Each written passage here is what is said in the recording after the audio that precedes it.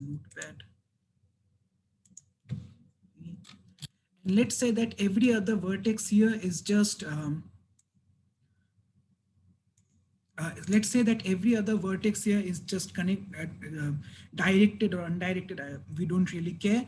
But let's say that from C, there is a directed edge to B, right? So in that scenario, in this graph here, we still have found the vertex B from exploring vertex A.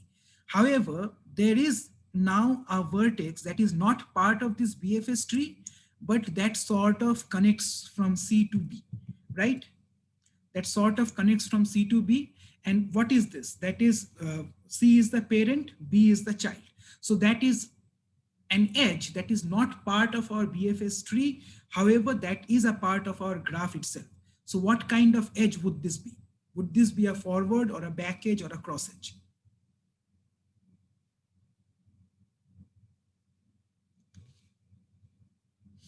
Anybody? Remember that a cross edge is exactly, it's a forward edge. Remember that cross edge does not connect between parent and child, but it can be for siblings. But for a forward edge, it has to connect from a parent to a child.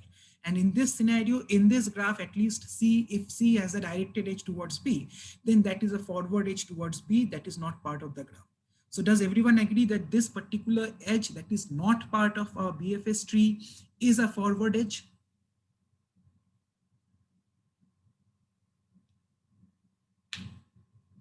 Perfect. Very nice question, Brian.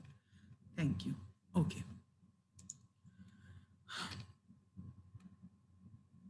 Okay. So this was a particular algorithm that we talked about. And let's now analyze the time complexity of this algorithm, right? So in essence, every time we get a new set of edges. So let's go back to this particular algorithm, dry run here. And let's just remove these things for a moment. So we have S where S had the weight. So we also maintained, so I'm now going to write in my notepad about this distance matrix here, right? So let's walk through this algorithm step by step. You know what, let's just do this. Can I open it twice? That distance vector, that's basically just kind of keeping track of what you visited. Yes, yes. And I'm Right. going to do a dry run on this, but I don't think Adobe would let me open it twice. Um, okay, I'll just, I'll try to do that. Ah, come on. Okay, fine. I have ways.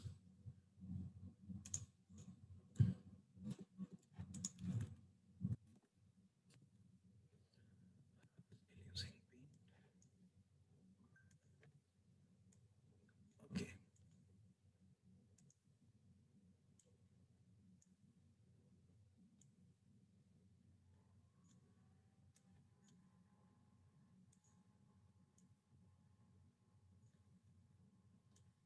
Okay. So can everyone see the algorithm as well as this PDF document now? Yep. Okay. Okay. So just keep this algorithm in mind and let's just analyze what's going on in terms of that distance. So we have S and let's say that we are just talking about this distance matrix, right? So distance matrix of some vertex of the from the set V.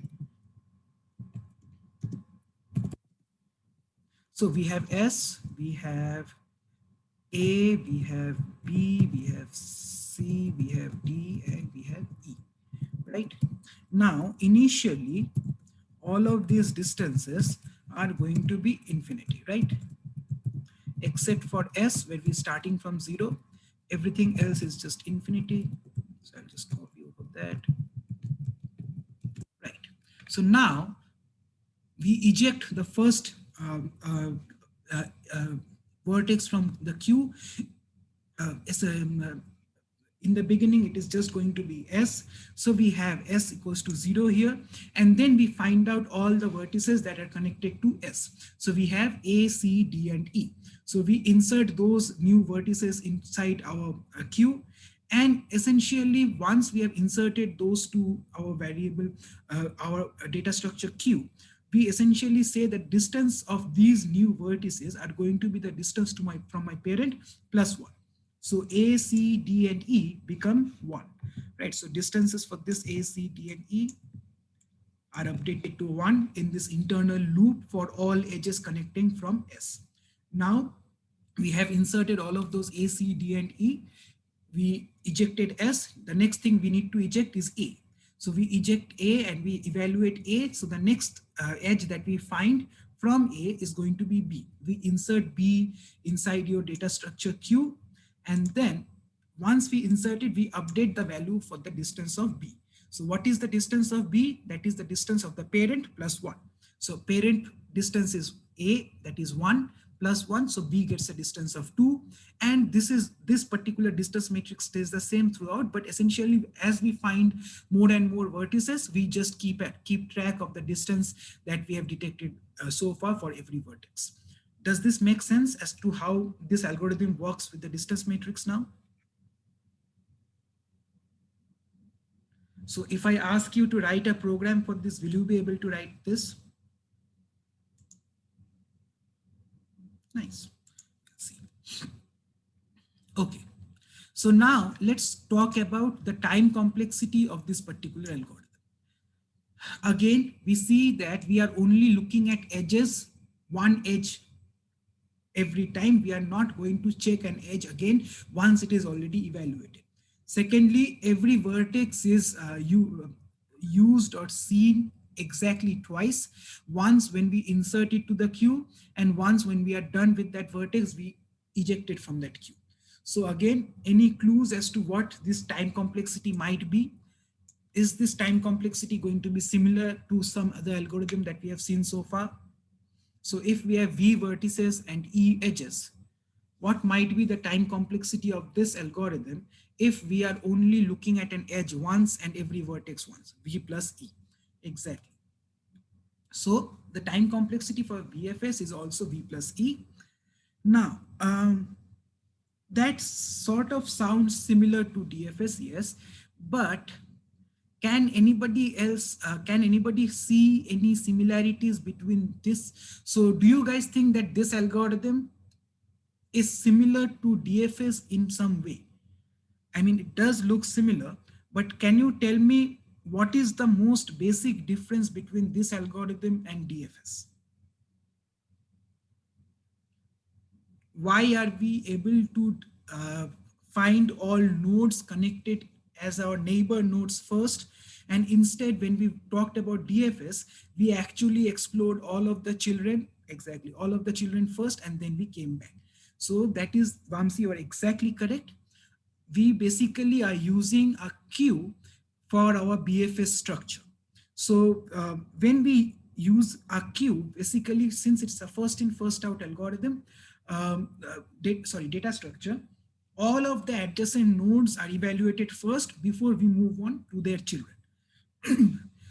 That was in stark difference to our DFS algorithm, where we evaluated all the children, the grandchildren, and so on first before going over to the next sibling.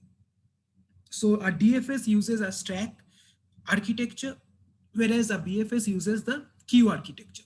Nothing else is different between these two algorithms. It's just by using a different data structure, we get a whole entirely new algorithm. So here we do have this queue data structure being implemented and maintained. But if we remember, and if I bring up the DFS algorithm, let's see. So this was the DFS Explorer, right? It was just the Explorer. Okay. So this was the DFS algorithm and that was the BFS algorithm. But here in this entire algorithm, as we have a queue in our BFS algorithm here, we did not have a DFS stack data structure being used here. whenever we were exploring this particular graph, we did not maintain any stack, but we were still able to explore all the children first before we move forward. So can someone tell me where this stack is inside this algorithm? Is it hidden somewhere, or are we not using a stack in this case? You're using the call stack, right?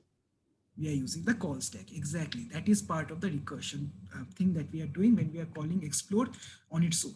So the moment we call explore as a recursive call, we are basically using that call stack as our architecture that saves all the nodes and explores all the children first before we move forward. Exactly. You guys are correct. Okay. So here it is just using a queue instead of a stack, and that is why we get a BFS algorithm. And that is how this works. But so that was the difference between BFS and DFS. Both have the same time complexity in regards to exploring a graph, but BFS gives you one more benefit is that the tree that it explores and finally designs is going to be the tree which has the shortest possible distances to every other vertex starting from a particular vertex. So BFS is very useful whenever we are talking about shortest path algorithms. Now, all of those algorithms that we have talked about so far, directed graphs or DFS or whatever, in all our cases, we had a set of edges for our graphs that all had a singular unit of weight. So we did not even talk about weights for our graph, right? We assume that every edge has one unit weight, and that is where our distance came from, right? So that is basically saying that every edge requires a unit of weight to explore, and that is why we say that B is 2 units away while A, C, D, E are 1 unit away or 1 unit away, right? So we assume that all of our edges have the same weightage. Now, we can also have graphs that have unequal or different sized positive weights. So let's say that we have this sort of a graph that basically encodes the distance between 2 or more cities. So let's say that Las Vegas is 445 units away from Reno, Sacramento is 133 units away from Reno, and so on, right? So every edge here would now have a corresponding weight as well. And now basically we would need to take this weightage into account as well when we are exploring this particular graph. So up to now, BFS and DFS did not care about these edge weights, right? But if we are talking about shortest path algorithms, where we are trying to find out the shortest path between two nodes, you can imagine that, let's see, what's a nice example? Okay, so let's say that going from Los Angeles to 300,